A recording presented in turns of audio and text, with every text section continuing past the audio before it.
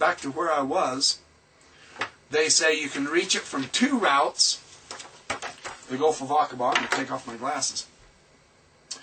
The most direct takes a person south from Aqaba, 44 miles along the coast. Hence one reaches a 6,000-foot mountain range that blocks further coastwise travel. So it's necessary to turn eastward near Bir Marshah, and climb up through an 8-mile-long wadi, finally cresting a ridge at about 1,500 feet elevation. Both people and pack animals can easily follow this route. From this point, keeping the coastal mountains to the right, that is to the west, a person travels south 20 or so miles into the long valley, which leads down to our upper valley and the head of the Granite Canyon. The distance from Aqaba to the canyon is almost exactly 74 miles.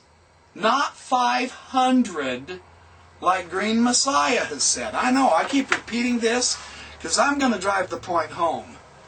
Don't speak in ignorance on YouTube, Green Messiah, nor you, J. Houston 7, because some of us who take the Book of Mormon serious are going to show the evidence that destroys your authority and your pretense to knowing. Just so you understand. I want that perfectly clear, gentlemen. Okay? Finally, he says, on page 63, his conclusion, I have escorted over a dozen people into the valley. Several others have made their own way there based on my directions. Are we witnesses of the river Laman and the valley of Lemuel? In my views, the characteristics of the site are compelling evidence that this is so. All of the Book of Mormon descriptions match this valley and continually flowing river right down to the Red Sea. There is no contradictions, and there is no feature that they described in the Book of Mormon that is not here, and only here, including the distance and time of their travels. In the 4 years since the discovery, I have surveyed the entire Arabian shoreline of the Gulf of Aqaba and the valleys that open into it. Do you have anything to refute that, Green Messiah? With the exceptions of the springs at Machna, which are not in a valley, I have found only rocky valleys almost entirely devoid of vegetation and with no flowing water. Now, although I have not conducted a thorough survey of the entire region, I have so far found no other place within 3 days' walk of the trip of the tip of the Gulf of Aqaba that is as inviting as these waters of Moses. The locals call it the waters of Moses here. He says this is the only place where I can find an actual valley that has huge granite walls. And he shows yet another picture. I know you hate seeing the evidence. It's got to suck for you anti-Mormons. Mormons, start rejoicing. Check this out. Here is the stream in the photograph coming out. See the green vegetation? You can see it's coming right out of that valley. It goes up and around in that valley. Look how wide this stream used to be. Look at those deposits of calcite all the way around. And it's up on the rocks also. Look how it's way, way up on those rocks. That was a big river at one time.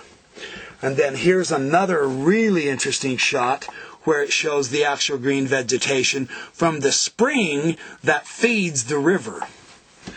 And then here it is too on a map. I don't know if this is focusing or not. It's coming along here from the beach and the lower canyon here, and there's the water flow, and it comes all the way through. This is the upper valley of the waters of Moses. These are the different springs. You start here, and that river comes all the way to the actual sea, right there. The physical evidence right in front of your eyes. And again, this is such an impressive picture when you see that's the Jeep. And look at how tall tall those granite walls go. I mean, that's impressive. And then you can see these are really huge mountains that the valley goes into. And I want to make sure I covered all the photographs. There's that one and that one. There's the granite wall. Oh, and I got ink covered on this one, sorry. But here's the Gulf of Aqaba, or the Red Sea here rather, and right behind there, right through there, and then up goes the valley. Hard to see on this one, that's from the beach. Oh, here it is. The very first picture, the very first page. There is the valley with the ancient river coursing through it. You can see the width of that riverbed. There is what you'll see when you go there. There really is such a valley. There really is a river in such a valley. It really does flow all the way continually to the Red Sea.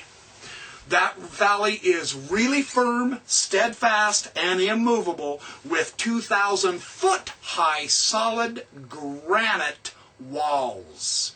It was impressive enough that Lehi named it after his son.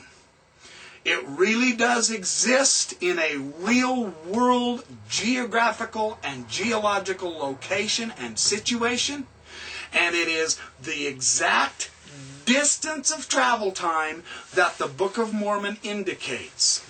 It is nowhere near 500 miles off. That is simply false on Green Messiah's part.